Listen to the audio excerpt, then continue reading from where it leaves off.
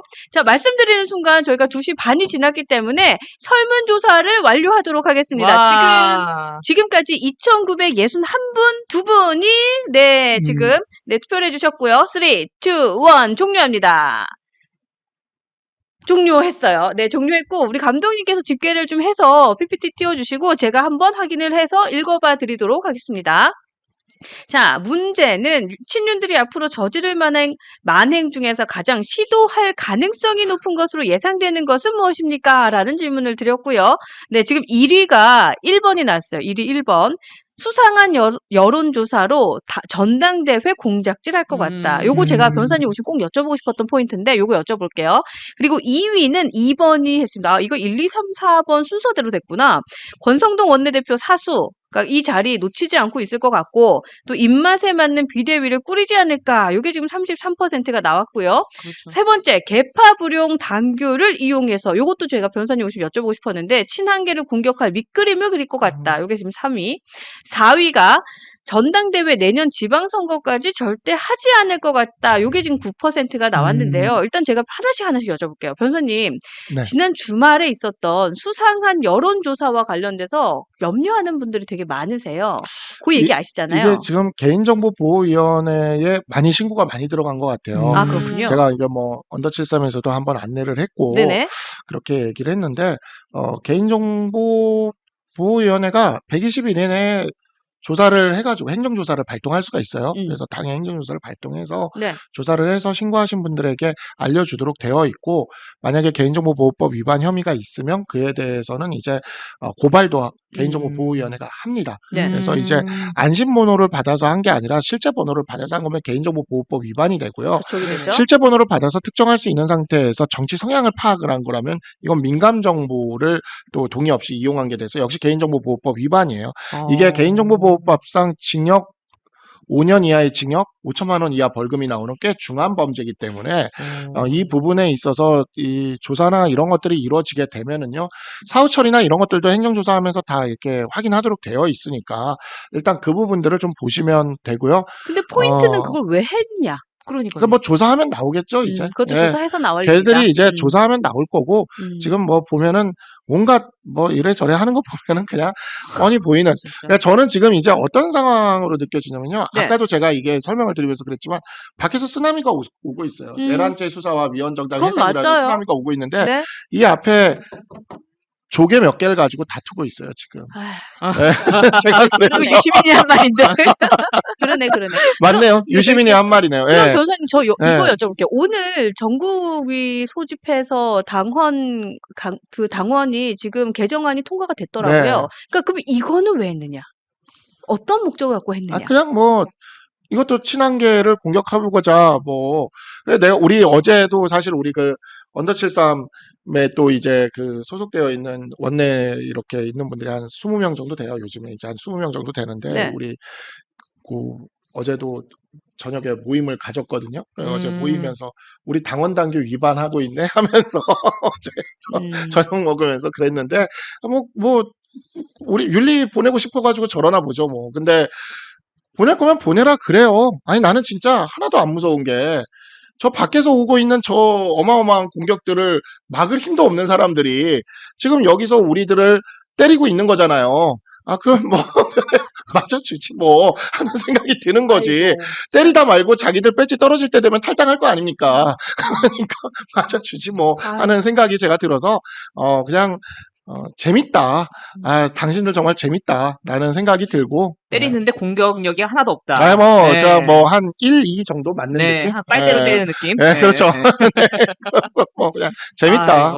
하고 싶은 대로 다 해라. 저 분들이 지금 관성에 젖어 있어요. 아직 자기들이 대통령이라는 어마어마한 권력을 뒤에 두고 있고 자신들이 모든 걸 다 할 수 있는 그런 것을 갖고 있는 것처럼 그래서 우리 한마디면 너희들이 다 막 이렇게 쫄고 그랬던 때 같은 그런 관성에 아직 젖어 계셔서 계속 이런 짓들을 하는데 네. 맞습니다. 뭐 원래 해가 서산으로 넘어갈 때 시뻘겋게 불태웁니다. 그러네.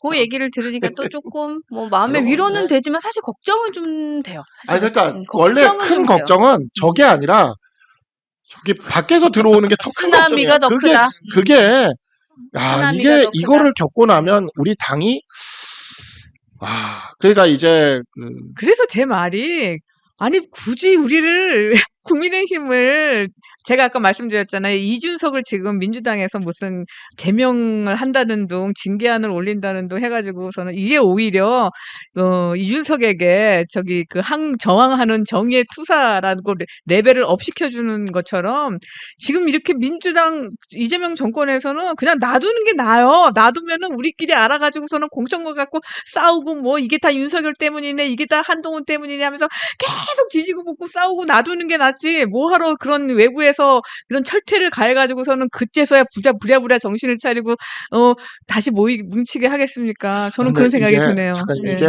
예. 그게 맞긴 한데 예. 개헌선을 확보하려고 하면 그러니까 이게 저쪽은 지금 앞으로 개헌선을 확보하려고 할 거예요.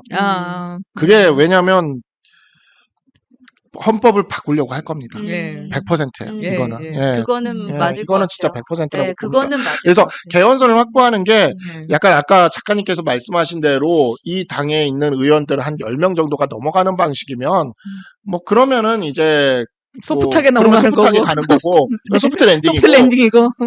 10명이 안 넘어가고 뭐 이렇게 여기가 이렇게 어쨌든 지지고볶아도 이 안에만 있고 뭐 이런다 싶으면서 자기들이 시간이 쫓기고 뭔가 몰리는 것 같을 때는 이제 거기까지 갈 수 있는 거죠. 그렇습니다. 아유 참 그래요. 힘이 많은 안 생각을 나고, 많은 생각을 하게 하는 힘이 그죠. 빠지고 갑자기 당이 떨어지고 음. 어지럽고 지금 앞으로 갈 길이 너무 음. 험난한 게 보여가지고 그러니까 참 힘들기도 하네요. 그러네. 국민들 여론이 지금 이번 선거가 완전히 결국은 내란에 대한 심판 아니었습니까? 불법 위헌 계엄에 대한 윤석열 정권에 대한 심판인데 이 선거를 통해서 심판을 해서 사실 이재명이 그렇게 또 그 사람들이 좋아하는 국민들이 좋아하는 정치가가 아님에도 불구하고 순전히 그 윤석열의 똥볼 비상계엄 때문에 대통령 자리에 올려준 걸로 국민들은 이제 끝났다. 이제는 안정을 좀 찾자. 이제는 제발 좀 나라 먹고 살 길을 좀 찾아달라 하는 여론이 높을 텐데 글쎄요. 이게 이렇게 또 무슨 이 거대 보수 정당을 뒤흔드는 것으로 해가지고서는 뭐 정치적인 엄청난 소용돌이를 일으키고 개헌을 하겠다는 그런 야욕을 막 노골적으로 드러내서 그러니까 그렇게 되면 지지율이 엄청 내려가고 지지율이 내려나가는 대통령의 말로가 어떻게 되는지 요번에 봤는데 사실 또 사람은 자기 본고서로부터 상대의 실패로부터 배우지 못하는 존재이긴 합니다. 그렇죠. 네. 네. 그러면 우리가 아까 우리 변호사님도 얘기를 좀 의미 있는 얘기를 해주셨으니까 지금은 블랙아웃이잖아요. 네네. 그러니까 이 기간 동안에 여러분들의 의견이나 혹은 또 최종 여론조사의 결과를 보고 좀 예측도 해보면 좋을 것 같아요. 네네. 예, 지금 블랙아웃 전에 나온 최종 여론조사는 어쨌든 이재명이 되는 걸로 나왔었잖아요. 그리고 근데 이제 이제 이게 몇 퍼센트의 문제인데. 서울대에서 네. 데이터 사이언스 대학원하고 채널 A가 이제 팩트 체크를 했는데요. 네. 이제 이 블랙아웃 이전에 나왔던 모든 여론조사 중에서 좀 비현실적인 게 있잖아요. 그런 부분을 좀 정리하고 좀 이성적이고 합리적이고 합당한 여론조사 데이터를 분석한 결과 네. 이렇게 평균치를 냈는데 지금 이재명 후보가 46%, 김문수 후보가 37.5%, 이준수 후보가 9.1% 정도로 나왔다. 10% 안 지금 나왔구나. 현재 나왔는데 이 상태가 보통 이제 이때까지 역대 선거를 보면은 이 정도가 끝까지 가서 최종 투표율이 되지 않겠느냐 이렇게 전망치를 내놨습니다. 그러니까 요거는 어쨌든 그 깜깜이 그렇죠. 네. 전까지 나온 걸 다 취합해서 이제 네네. 예측한 네, 그러니까 이제 결과로 나온 거죠. 자기들은 데이터를 가지고 굉장히 이제 합리적으로 이제 그 여론조사 전체를 가지고 비합리적인 것은 빼고 이렇게 정리를 했는 상태에서 이런 결과가 나온 상태입니다. 네. 변호사님은 이 수치 어떻게 보세요? 그러니까 민주당은 50을 넘기 위해서 싸울 것이고 네. 우리 당은 40을 넘기 위해서 싸울 것이고 이준석은 10을 이준석은 넘기 10을 넘기 위해서. 위해서 싸울 겁니다. 그렇죠. 그렇지. 네. 고개 사실 포인트인 것 같아요. 10, 네. 40, 50이 네, 포인트네요. 네. 그래서 이거를 달성하냐 안 하냐에 따라 민주당은 압승, 우리는 젖잘싸, 네. 이준석 후보는 선거 비용 보전 비용 보전. 이렇게 세 가지 목표를 향해서 가고 있습니다. 저격수님은 지금 이민 준비 이렇게 하시네요. 예, 이민 준비도 생각하는 분들이 있다. 뭐 이런 얘기 진짜 많이 하고 하시더라고요. 그러네요. 하여튼 오늘이 지금 토요일이고 다음 주 이제 일요일 지나고 월요일하고 화요일이면 딱 이제 선거 날인데 네. 아 진짜 마음이 오늘 방송 이후에 저는 조금 더 무겁긴 해요. 예, 진짜요. 조금 더 네. 무겁다. 무거워요. 지금까지는 우리가 여당 기분으로 살아왔잖아요. 그래도. 그러네, 그쵸. 네. 네, 그러네. 근데 네. 이제 다음 주에는 이제 확실한 야당이 될 가능성이 그것도 높으니까. 그것도 당이 존재할지 말지가 의문스러운 야당이 네. 될 아이고야. 그런 상황에 놓이게 될 거니까 정말이지 많이 고통스러울 거예요. 많이. 근데 이제 그러니까요. 저는 이제 뭐 한동훈 후보가 그 라방에서도 이야기를 했어요. 한동훈 대표가 보수가 많이 고통스러운 시간이 다가올 것이다라고 이야기를 했고 많이 고통스러운 시간이 다가왔을 때 네. 한동훈 대표는 같이 하겠다고 했거든요. 우리 보수 유권자들과 그러니까. 예, 그 주변에 있는 사람들도 같이 할 생각이라서 이 점에 있어서는 같이 한번 견뎌보시는 게 좋겠다. 그러니까 우리 보수가 이만큼까지 무너졌던 적이 별로 없어요, 그러니까 역사적으로. 무너지기보다는 저는 망가진 거라고 표현하고 네. 싶어요. 네. 병들었어요. 병들. 왜냐하면 무너졌다라고 하기에는 우리 변호사님과 같은 정말 합리적인 분들, 정의로운 분들도 많이 계세요. 맞아요. 근데 그분들의 목소리보다는 이상한 목소리가 많이 내고 있으니까 저는 합리적으로 생각했을 때 무너진 게 아니라 망가진 것 같아요. 네, 네. 맞아요. 망가진 것 같아요. 그러니까 그런데 민주당은 이런 역사가 되게 오랫동안 겪었어요. 혹시 기억나시는지 모르겠지만 새정치국민회의라는 당이 그때 총선 때 60여 석밖에 못 거뒀어요. 그렇죠. 네. 근데 그 다음 대선 때 김대중 대통령을 그렇지. 배출해 버립니다. 맞아요. 그러니까 우리 민주당은 그렇게 랜드슬라이드급으로 패배했다가도 대통령을 배출했던 저력을 보여줬습니다. 네. 우리 네. 보수는 지금까지 잘 해왔죠. 좋은 곳에서. 이만큼 세 자릿수도 무너질지 모르는 이 상황은 사실 처음이에요. 그렇지. 예. 보수 진영 역사에 처음 겪는 일이지. 세 자릿수는 그래도 버텨왔거든요. 의석수에서. 그렇죠. 예. 근데 지금 세 자릿수가 상황에 따라 어떻게 될지 모르는 상황에 이렇게 몰리는 거는 처음이에요. 막상 두 자릿수가 되고 나면은요. 아무것도 할 수 있는 게 없어요. 근데 사실 두 자릿수는요. 빵석과 같아요. 개헌도 못 막아. 그러네. 아무것도 할 수 있는 게 없어요. 근데 민주당은 그 아무것도 할 수 있는 게 없는 의석으로 여기까지 커왔어요. 그걸 생각하셔야 됩니다. 그러네요. 우리도 이제는 찬바람 맞을 거 각오도 해야 되고, 버텨나갈 그 각오를 해야 됩니다. 우리 저는 보면요. 그게 뭐 두 자리석에서 대통령을 배출했듯이 우리가 지금 어려운 거는 결국에는 우리가 못했기 때문에 국민의 마음을 얻지 못했다는 거죠. 그래도 그럼에도 불구하고 대통령이 배출됐다는 거는 또 국민들이 그렇게 기회를 주신 거라고 보고 있습니다. 제대로 보고 계신 것 같고, 그렇지만 이제 민주당을 막으려면은 우리가 똑같이 잘못해서는 안 되고, 우리가 그나마 나은 모습을 그렇지. 보여줘야 되는데, 지금 그렇지 못해서 정말 화가 나고요. 앞으로 힘들어도 우리가 그래도 희망이 작은 빛이 하나 있지 않습니까? 그 빛을 키우려면은 여기 계신 변호사님도 마찬가지로 해서 잘 해주시면 우리가 힘을 같이 보태서 나가야겠네요. 네.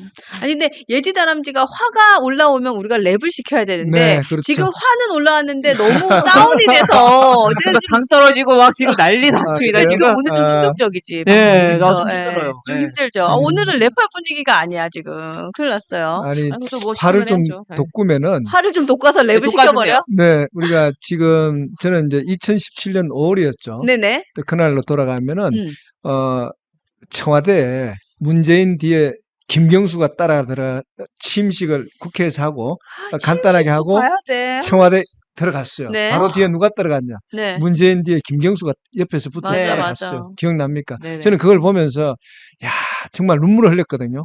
제가, 그리고 나서 5년을 기다렸잖아요, 우리가. 절치부심하고. 그러니까. 근데 6월 3일 다시 한 번 더 우리가 울고 다시 각오를 다져야 돼요. 그래야지만 맞아요. 우리가 네. 다시 받아올 수 있지. 이 상태, 진짜 우리 저 변호사님 말씀하셨듯이, 우리 힌두교 신이 세 개가 있잖아요. 브라만, 그 다음에 비슈누, 시바가 있잖아요. 그래요? 창조의 신, 유지의 신, 파괴의 신이잖아요. 어. 시바가 파괴의 신이에요. 네. 시바가 파괴를 하고 우리가 아. 브라만이 새로운 이제 칠공학을 창조했을 때 우리가 그 자리를 깨차고 갈 수 있도록 우리가 철저하게 파괴를 해서 진짜 제대로 된 우리가 건전한 보수, 진짜 자유민주주의, 진짜 아까 진짜 변호사님 멋지게 말씀하셨어요. 부패와 무능과 불공정과 비상식이 없는 정말 합리적인 보수가 들어설 수 있도록 우리가 노력을 해야 돼요. 아우, 위해서는, 씨바. 시바 신이라면서요. 그렇죠. 네, 시바. 아니, 시바 신이라며. 아우, 시바. 그렇죠. 그렇죠. 시바는 파괴의 신입니다. 왜 네. 파괴를 합니까? 네. 새로운 것을 창조하기 위해서 파괴를 하는 거예요. 음. 그래서 우리가 이제 브라만을 위해서 새로운 브라만이 들어설 수 있도록 철저하게 우리가 시바가 돼야 돼요. 네, 아. 네, 좋습니다. 네, 좋아요. 이 대목에서 타크 아저씨가 계셨으면은 당원의 힘입니다. 천원의 혁명은 당원의 아, 힘으로 맞아요.